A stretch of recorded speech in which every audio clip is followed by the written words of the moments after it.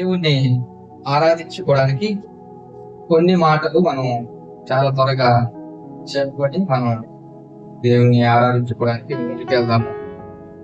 యేసుక్రీస్తు ప్రభువు ఈ లోకానికి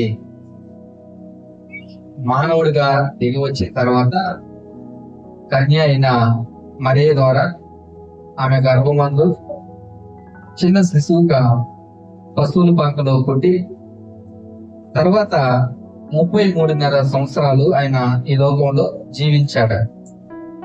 ఈ 33.5 సంవత్సరాలలో ఆయన అనేకమైన ఆశ్చర్యమైన కార్యాలు చేశాడు, అద్భుతమైన కార్యాలు చేశాడు, అనేకమైన గొప్ప కార్యాలు చేశాడు. ఎలాంటివి అంటే ఇప్పటి వరకు కూడా ఎవరు కని విని ఎరిగినాటివి, ఎవరు కూడా చూడనాటివి, ఎవరు కూడా తలంచినాటివి చాలా చక్కగా అందరూ ఆశ్చర్యపోయేటట్లుగా ఆయన జరిగించిన దేవుడుగా ఉంటా ఉన్నాడు. అయితే ఆయన 33.5 సంవత్సరాలు ఈ లోకంలో జీవించినప్పుడు ఆయనను గురించి చాలా మంది చాలా రకాలుగా అనుకున్నారు. చాలా మంది చాలా రకాలుగా అనుకున్నారు. ఏమనుకున్నారు మీరేం చెప్తారా? యేసుక్రీస్తు ప్రభువుని గురించి ఆయన ఈ లోకంలో జీవించినప్పుడు ఆయన చుట్టూ ఉన్న ప్రజలు, ఆయన ఏ ప్రాంతానికి వెళ్తున్నారో ఆ ప్రాంత ప్రజలు యేసుక్రీస్తు ప్రభువుని గురించి అనుకున్న మాటలు ఏంటి అంటే, మీకు తెలిసినట్టు ఏదైనా చెప్పండి. ఏమనుకున్నారు? యోహాను గారేమో ఆయన చూసి ఇదిగో లోక పాపములను మోసపోయే దేవుని గొర్రె పిల్ల అన్నాడు. ఇంకా చాలా మంది ఈయన మెస్సయ్యగా వచ్చాడు అన్నారు. చాలా మంది ఈయన ఎవరో గొప్ప కార్యాలు చేస్తా ఉన్నాడు, ఆశ్చర్యమైన కార్యాలు చేస్తున్నారు, భలే స్వస్థత కార్యాలు చేస్తా ఉన్నాడు కానీ ఎవరో అని కూడా తెలియకుండా చాలా మంది ఆయన్ని వెంబడించారు. తర్వాత ఆయనను చాలా మంది దెయ్యాలు ఎల్లగొట్టేవానిగా, బాగు చేసేవానిగా, లేకపోతే లేవనెత్తేవాడిగా అలాగ మాత్రము అనుకున్న వారు కొంతమంది ఉన్నారు. శాస్త్రులు, పరిసయ్యులు లాంటి వాళ్ళు కొంతమంది ఏమంటా ఉన్నారు అంటే, యేసుక్రీస్తు ప్రభువుని గురించి ఒక మాట చదువుదాము, దీనిని బట్టి ముందుకు వెళ్దామని. మత్తయి సువార్త 11వ అధ్యాయము 19వ వచనం చదువుకుందాం.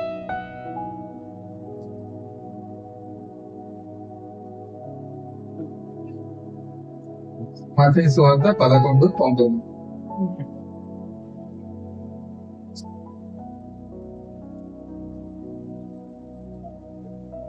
నేను చదువుతాను చూడండి. మనిషి కుమారుడు తినచు త్రాగుచును వచ్చిన కనుక ఇదిగో వీడు తిండిపోతును, మద్యపానీయు, సుంకరులను, పాపులకును స్నేహితులని వారనుచున్నారు. అయినను జ్ఞానమని దాని క్రియలను బట్టి తీర్పు పొందనెను. ఏమంటా ఉన్నారు? ఆ మాటను బట్టి మనం చూస్తే ఈయన తిండిపోతూ, మద్యపాని, తాగుబోతాడు, సుంకరులతోనూ పాపులతోనూ స్నేహం చేసేవాడు. యేసుక్రీస్తు ప్రభువుని గురించి ఒక్కొక్కరు ఒక్కొక్క రకంగా అనుకుంటా ఉంటే, కొంతమంది యేసుక్రీస్తు ప్రభు గురించి ఏమనుకుంటా ఉన్నారంటే, ఆయన తిండిపోతని, ఆయన మద్యపాని అని, ఆయన సుంకరులతోనూ పాపులతోనూ స్నేహం చేసేవాడని చాలా ఘోరంగా యేసుక్రీస్తు ప్రభు గురించి చెప్పుకుంటూ వస్తా ఉన్నారు. అంత మాత్రమే కాదు, లూకాసు వార్త 15వ అధ్యాయంలో, లూకాసు వార్త 15వ అధ్యాయం 2వ వచనం చదువుదాం. అక్కడ కూడా పరిశీలు శాస్త్రులు ఏమంటా ఉన్నారంటే, పాపులను చేర్చుకొని వారితో కూడా భోజనం చేయించున్నారని సనుకుంటా ఉన్నారు యేసుక్రీస్తు ప్రభువుని చూసి. యేసుక్రీస్తు ప్రభువు పాపులతో ఉండడం చూచి శాస్త్రులు, పరిసయ్యులు సనుగుతా ఉన్నారు, గొనుగుతా ఉన్నారు. చదువుతాం అన్నమాట. పరిసయ్యులను, శాస్త్రులను అది చూచి ఇతడు పాపులను చేర్చుకొని వారితో కూడా భోజనము చేయుచున్నాడని చాలా సనుగుకొని మరి తింటుంటా ఉన్నారు యేసుక్రీస్తు ప్రభు. ఇదేంది దేవుని కుమారుడు అని చెప్తా ఉన్నాడు, నేను మెస్సయ్యానని చెప్తా ఉన్నాడు. మరి అలాంటైతే ఈ పాపులతో కూడా ఎందుకు సహవాసం చేస్తా ఉన్నాడు? ఈ పాపులతో కలిసి ఎందుకు భోజనం చేస్తా ఉన్నాడు? ఈ పాపులను ఎందుకు ప్రేమిస్తా ఉన్నాడు? వీరు చాలా అంటరాని వారు కదా, వీరిని దూరంగా ఉండాలి కదా, వారిని అసహించుకోవాలి కదా, వారిని వెలివేయాలి కదా. అలాంటప్పుడు వారితో కలిసి ఈయన ఉంటున్నాడు ఎందుకు అని యేసు క్రీస్తు ప్రభువుని గురించి ఏం చేస్తున్నారు? వాళ్ళు సదుగుతూ ఉన్నారు, తిట్టుకుంటా ఉన్నారు, గొనుక్కుంటా ఉన్నారు, అసహనాన్ని ప్రదర్శిస్తా ఉన్నారు. కొంతమంది ఏమో తిట్టుపోతా ఉన్నారు యేసుక్రీస్తు ప్రభుని, కొంతమంది ఏమో త్రాగుబోతా అంటా ఉన్నారు, కొంతమంది ఏమో పాపులకు స్నేహితుడు అంటా ఉన్నారు, కొంతమంది ఏమో పాపులతో కలిసి సహవాసం చేస్తున్నాడు, పాపులతో కలిసి భోజనం చేస్తా ఉన్నాడు, చిచి అని సనుగుకుంటా ఉన్నారు. ఇంకొంతమంది ఏమన్నారంటే ఈయన దెయ్యం పట్టిన వాడు అన్నాడు. ఈయన బెయల్జెబూలు పోలింది ఈయనకి, ఈయన దెయ్యం పట్టిన వాడు కనుక ఇలాంటి కార్యాలు చేస్తా ఉన్నారు. చూడండి, ఈ లోకంలో ఇప్పుడున్న పరిస్థితుల్లో యేసుక్రీస్తు ప్రభువుని చాలా మంది చాలా రకాలుగా అనేక పదాలు పెట్టి దూషిస్తా ఉన్నప్పుడు, ద్వేషిస్తా ఉన్నప్పుడు మనకు చాలా కోపం రావడం సహజం. కానీ యేసుక్రీస్తు ప్రభువే ఈ లోకంలో బ్రతికి ఉన్నప్పుడే ఆయనను చూచే సనిగిన వారు, గొలిగిన వారు కోకలుగా ఆ దినాల్లో ఉంటా ఉన్నారు. ఆయన ముఖం మీదే తిట్టిన వారు ఉంటా ఉన్నారు, ఆయనను చూచే గొనిగిన వారు ఉంటా ఉన్నారు, ఆయననే ద్వేషించిన వారు ఉంటా ఉన్నారు, ఆయననే ఎగతాళి చేసిన వారు ఉంటా ఉన్నారు. ఏమైనా సహోదరుడా సహోదరి, యేసుక్రీస్తు ప్రభు ఈ లోకానికి వచ్చిన తర్వాత మనుషులు ఎన్ని రకాలుగా ఆయన గురించి అంటా ఉన్నారు, ఎన్ని రకాలుగా ఆయన గురించి ఆలోచన కలిగి ఉంటా ఉన్నారు, ఎన్ని రకాలుగా ఆయన గురించి తలంపులు ఉంటా ఉన్నాయో మానవులకి. అయితే ఒక మాట చదువుకుందాం. ఏప్రిల్కి రాసిన పత్రిక 7వ అధ్యాయం 25, 26 వచనాలు మనం చదువుకుందాం. ఏప్రిల్కి రాసిన పత్రిక 7వ అధ్యాయం 25, 26 వచనాలు. 25 ఈయన తన ద్వారా దేవుని వద్దకు వచ్చి వారి పక్షమున విజ్ఞాపనము చేయుటకు నిరంతరము జీవించుచున్నాడు కనుక వారిని సంపూర్ణముగా రక్షించుటకు శక్తిమంతుడై ఉన్నాడు. 26 కూడా చదువుదామా. పవిత్రుడును నిర్దోషియు నిష్కల్మషుడును పాపులలో చేరక ప్రత్యేకముగా ఉన్నవాడును ఆకాశ మండలము కంటే మిక్కిలి హెచ్చైన వాడినైనా ఇంటి ప్రధాన యాజకుడు మనకు సరిపోయినవాడు. ప్రజలు యేసుక్రీస్తు ప్రభువుల గురించి నానా రకాలుగా అనుకుంటా ఉన్నారు. అనేక మంది అనేక రీతులుగా ఆయన గురించి వారి వారి యొక్క ఆలోచనలు చేస్తా ఉన్నారు, మాటలలో వాటిని బహిర్గతం చేస్తా ఉన్నారు. ఏమంటా ఉన్నారు? తిండిపోతూ తాగుబోతూ పాపులతో కలిసేవాడు, పాపులతో భోజనం చేసేవాడు, దెయ్యం పట్టినవాడు అని నానా రకాలుగా చెప్పుకుంటూ ఉన్న పరిస్థితుల్లో యేసుక్రీస్తు ప్రభువుల గురించి చెప్పబడుతూ ఉన్న మాట ఏంటి అంటే, పవిత్రుడు, నిర్దోషి, నిష్కల్మషుడు, పాపులలో చేరక ప్రత్యేకముగా ఉన్నవాడు, ఆకాశ మండలము కంటే మిక్కిలి హెచ్చైన వాడైన ఇంటి ప్రధాన యాజకుడు మనకు సరిపోయినవాడు. ప్రియమైన సహోదరుడా సహోదరి, యేసుక్రీస్తు ప్రభు ఈ లోకానికి రావడానికి గల కారణం ఏంటి అంటే, నశించిపోతున్న పాపులను, నశించి నరకాగ్నికి వెళ్ళవలసిన పాపులను ఆయన రక్షించి భయంకరమైన ఆ నరకపు శిక్ష నుండి తప్పించి పరలోక రాజ్యానికి వారిని తీసుకెళ్ళాలి. పరలోక రాజ్యానికి వారిని హక్కుదారులు చేయాలి, పరలోక రాజ్యానికి వారిని వారసులు చేయాలి. ఇది యేసుక్రీస్తు ప్రభు యొక్క ఉద్దేశం, ఆయన యొక్క ఆలోచన. 25లో రాయబడతా ఉంది, ఈయన తన ద్వారా దేవుని యొద్దకు వచ్చి వారి పక్షమున విజ్ఞాపనము చేయుటకును నిరంతరము జీవించుచున్నాడు గనుక వారిని సంపూర్ణముగా రక్షించుటకు శక్తివంతుడై ఉన్నాడు. ఆయన రావడానికి గల కారణం ఈ సర్వ మానవాళి యొక్క పాపపు దోషం నుంచి, పాపపు శిక్ష నుంచి వారిని తప్పించి సంపూర్ణముగా రక్షించి పరలోక రాజ్యానికి వారిని వారసులు చేయాలన్నది దేవుని యొక్క ఉద్దేశం, దేవుని అంచితం. అందుకని ఆయన తన మహిమ సింహాసనాన్ని విడిచిపెట్టి, పరలోక రాజ్యంలో తన మహిమ సింహాసనాన్ని విడిచిపెట్టి, వేవేల కోట్ల దేవదూతల చేత స్తుతింపబడుచు ఉండవలసిన ఆయన పాపపు కంపు కొట్టే ఈ లోకంలోకి నీ కొరకు నా కొరకు దిగి వచ్చాడు.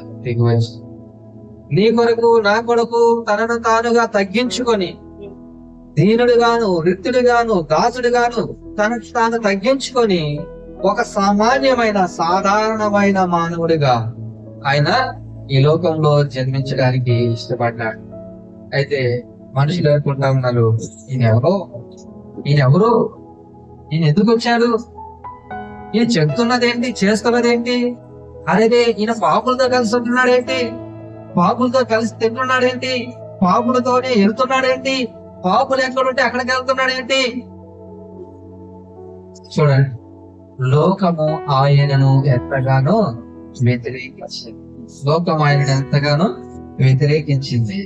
అయితే దేవుడు అంటా ఉన్నాడు, నేను నశించిన దానిని వెనక్కి రక్షించడానికి వచ్చాను.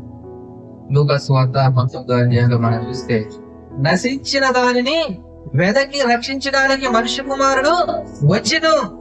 ఎవరైతే పాపముల చేత, అపరాధముల చేత పట్టి పీడించబడుతూ చచ్చిన స్థితిలో ఉంటా ఉన్నారో వారి దగ్గరకు ఆయన వచ్చాడు.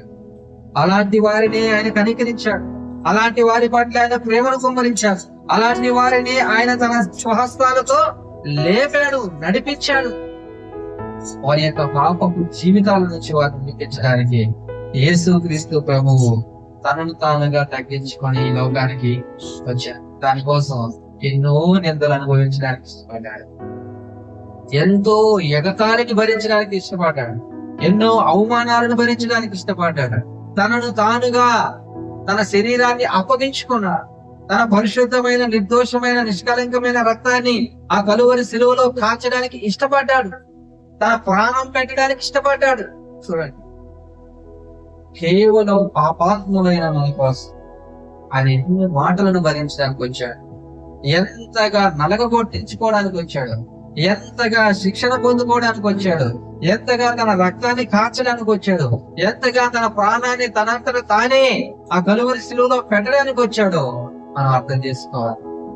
ఆయన ఏం పాటి వాడు, ఎంతో గొప్పవాడు దేవుడు, ఎంతో ఉన్నతుడైన ఆయన, పరిశుద్ధుడైన ఆయన, మహిమ స్వరూపి అయిన ఆయన నీ కోసం, నా కోసం అంతగా తగ్గించుకోవడానికి ఇష్టపడ్డాడు.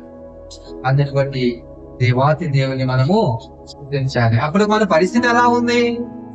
ఆయన మనల్ని అంతగా ప్రేమించడానికి మనం ఏమైనా బుద్ధిమంతులుగా ఉంటా ఉన్నామా? ఆయన అంతగా మనల్ని ప్రేమించడానికి మనమేమైనా నీతిమంతంగా జీవిస్తా ఉన్నామా అంటే ఎంత మాత్రము కూడా కాదు. రోమిలికి రాసిన పత్రిక 5వ అధ్యాయం,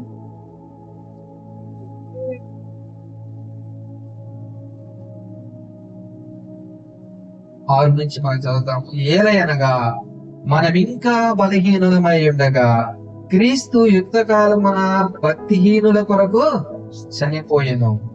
నీతిమంతుని కొరకు సైతము ఒకడు చనిపోవుట అరుదు, మంచివాని కొరకు ఎవడైనా ఒకవేళ చనిపోవ తెగింపవచ్చును. అయితే దేవుడు మన ఎడల తన ప్రేమను వెల్లడిపరుచుచున్నాడు. ఎట్లనగా మనం ఇంకనూ పాపులమై ఉండగానే క్రీస్తు మన కొరకు చనిపోయెను. మనం ఇంకనూ పాపులమై ఉండగానే క్రీస్తు మన కొరకు చనిపోయాడు. ప్రియమైన సహోదరి, ఇక్కడే రాయబడతా ఉంది, మంచి వాడి కొరకు ఎవరైనా మరోసారి, నీతిమంతుని కొరకు సైతము ఒకడు చనిపోవుట అరుదు, మంచి వాని కొరకు ఎవడైనా ఒకవేళ చనిపోవ తెగింపవచ్చును. అయితే దేవుడు మన ఎడల తన ప్రేమను వెల్లడిపరుచున్నాడు. మనలో మంచి లేదు, మనలో నీతి లేదు. మనం పాపులముగా ఉండగానే, మనం ఇంకను పాపులముగా ఉండగానే క్రీస్తు యేసు నిన్ను నన్ను ప్రేమించి మన కొరకు తన ప్రాణం పెట్టడానికి ఇష్టపడిన దేవుడిగా ఉన్నాడు.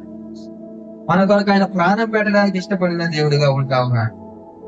అనీతిమంతులమైన మన కొరకు, అపవిత్రులమైన మన కొరకు, అమర్యాదతో ప్రవర్తించే మన కొరకు, నీచులము నికృష్టులమైన మన కొరకు ఎలాంటి ఆయన మరణించాడు, ఎలాంటి ఆయన చనిపోయాడు, ఎలాంటి ఆయన నీ కోసం నా కోసం త్యాగం అయ్యాడు అంటే నీతిమంతుడు, పరిశుద్ధుడు, రాజులకు రాజు, ప్రభువులకు ప్రభువు, పరలోక మండలములో మహిమ సింహాసనము మీద ఆసీనుడై ఉంటున్న ఆయన కేవలం పాపులమైన నీ కోసం నా కోసం మరణించడానికైనా ఇష్టపడ్డాడు. ఎందుకు అంటే ఒకసారి మనం చూద్దాం. మొదటి పేదలకు రాజు పత్రిక 3:18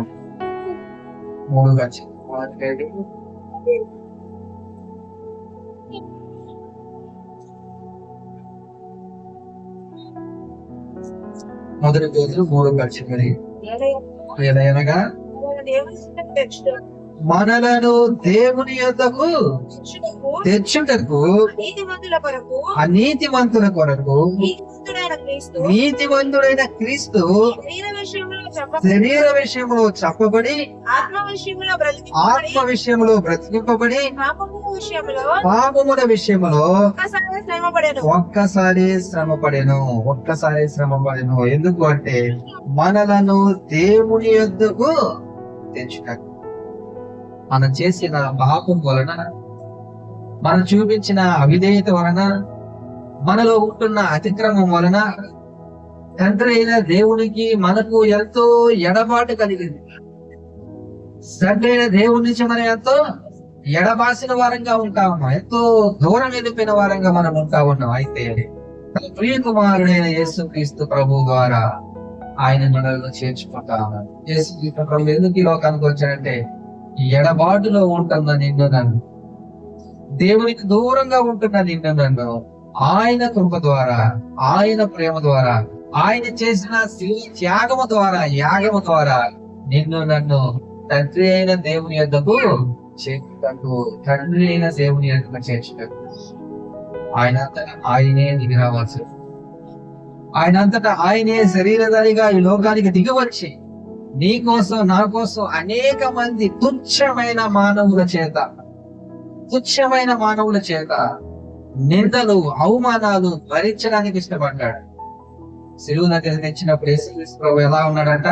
వదకు తేబడిన గొర్రె పిల్ల వలె మౌనంగా ఉన్నాడంట. చాలా సార్లు మాట చెప్పుకున్నాడు. ఆయన శక్తి లేకనో చావ లేకనో కాదు. ఎవరి కోసం? ఎందుకోసం అంటే నీ కోసము, నా కోసం, మనలను పాపము నుండి విముక్తులను చేయడానికి, పాపము నుండి, పాపపు శాపము నుండి, పాపపు శిక్ష నుండి మనలను రక్షించడానికి మాత్రమే ఆయన మౌనంగా ఉన్నాడు తప్ప ఆయనకు ఆయన కాచిన నిర్దోషమైన నిష్కలంకమైన రక్తము చేత నీకు నాకు పాపం ప్రాయశ్చిత్తం కలగాలని ఉద్దేశించిన వాడే ఆ కలువల సిలువలో నీవు నేను అనుభవించవలసిన శిక్షణ అంతా తన మీద వేసుకొని అంతటిని ఓపికగా సహనంగా భరించి సహించి తన రక్తాన్ని కాల్చి నీ కోసం నా కోసం ఆయన కలువలో మరణించడానికి ప్రియమైన సహోదరుడా, సహోదరి, అలాంటి దేవుడిని ఈ దినాన్ని మనం ఆరాధించాలి. అలాంటి దేవుడిని మనం ఈ దినాన నోరారా స్తుతించాలి, ఆయన ఘనపరచాలి, ఆయన్ని మహిమపరచాలి. తండ్రి, నేనే పాటి వాడినయ్యా నా కోసం పరలోకం నుంచి దిగి రావడానికి? అయ్యా నేనే పాటి వాడిని ప్రభువా నా కోసం నువ్వు ఎంత దీనుడిగా నిత్యుడిగా నువ్వు రావడానికి? అనీతిమంతుణ్ణి, అపవిత్రుని, పాపిష్టోడిని నా కోసం నువ్వు ఇంతగా దిగి వచ్చావు నాయన అటు దేవాది దేవుని మనం ఆరాధించాలి. ఎలా ఆరాధించాలి? దేవుడిచ్చిన రక్షణను చేత పట్టుకొని, ఆయన ద్వారా నీవు నేను పొందుకున్న విడుదల విమోచనను బట్టి, ఆయన ద్వారా నీవు నేను స్వతంత్రించుకోబోతున్న పరలోక రాజ్యాన్ని బట్టి, సంతోషముతో ఉత్సాహ గానము చేస్తూ మనం ఆయన్ని హృదయపూర్వకంగా, మనఃపూర్వకంగా, ఆత్మతో, సత్యముతో ఆరాధించవలసిన వారంగా ఉంటా ఉన్నాం. 100వ కీర్తనలో మనం చూస్తే సంతోషముతో, ఉత్సాహ గానముతో దేవుణ్ణి సేవించండి, ఆయన ఆరాధించండి, ఆయన స్తుతించండి. ఆయన సన్నిధిలో పరిశుద్ధంగా, నీతిగా నిలిచి ఆయన ఆరాధించండి, ఆయన కనపరచండి, ఆయన మహిమపరచండి. 28:29లో మనం చూస్తే ఉంటది, హృదయపూర్వకంగా ఆయన ఆరాధించండి. ఏదో నోటి వెంబడి ఏ మాటలు వస్తే ఆ మాటలతో కాదు, పెదాలతో కాదు. ఎలాగ దేవుని మనం ఆరాధించాలి? ఆయన చేసిన మేలు ఎంతో గొప్పది నీ జీవితంలో, నా జీవితంలో. నిన్న ఆయన గుర్తించాడు. నీ కొరకు ఆయన దిగి రావడానికి ఇష్టపడ్డాడు. నీ కొరకు ఆయన నలగ కొట్టించుకోవడానికి ఇష్టపడ్డాడు. నీ కొరకు ఆయన రక్తం కాచడానికి ఇష్టపడ్డాడు. నీ కొరకు ఆయన ప్రాణం పెట్టడానికి ఇష్టపడ్డాడు. నీ పాపముల నుండి నీకు ప్రాయశ్చిత్తాన్ని కలుగజేసి పరలోక రాజ్యానికి నిన్ను వారసునిగా చేయడానికి ఆయన అంతగా నీ కోసం చేసిన త్యాగాన్ని జ్ఞాపకం చేసుకొని హృదయపూర్వకంగా యేసుక్రీస్తు ప్రభువు చేసిన ఆ యొక్క మేలుని బట్టి ఆయన ఆరాధించవలసిన వారంగా, దేవాది దేవునికి కృతజ్ఞతాస్తుతులు చెల్లించవలసిన వారంగా మనం ఉంటా ఉన్నాం. కాబట్టి తలల వంచి దేవుడు చేసిన మేలులను ఒకసారి జ్ఞాపకం చేసుకొని ఆయన హృదయపూర్వకంగా, ఆత్మతో, సత్యముతో ఆరాధించుకుందాం.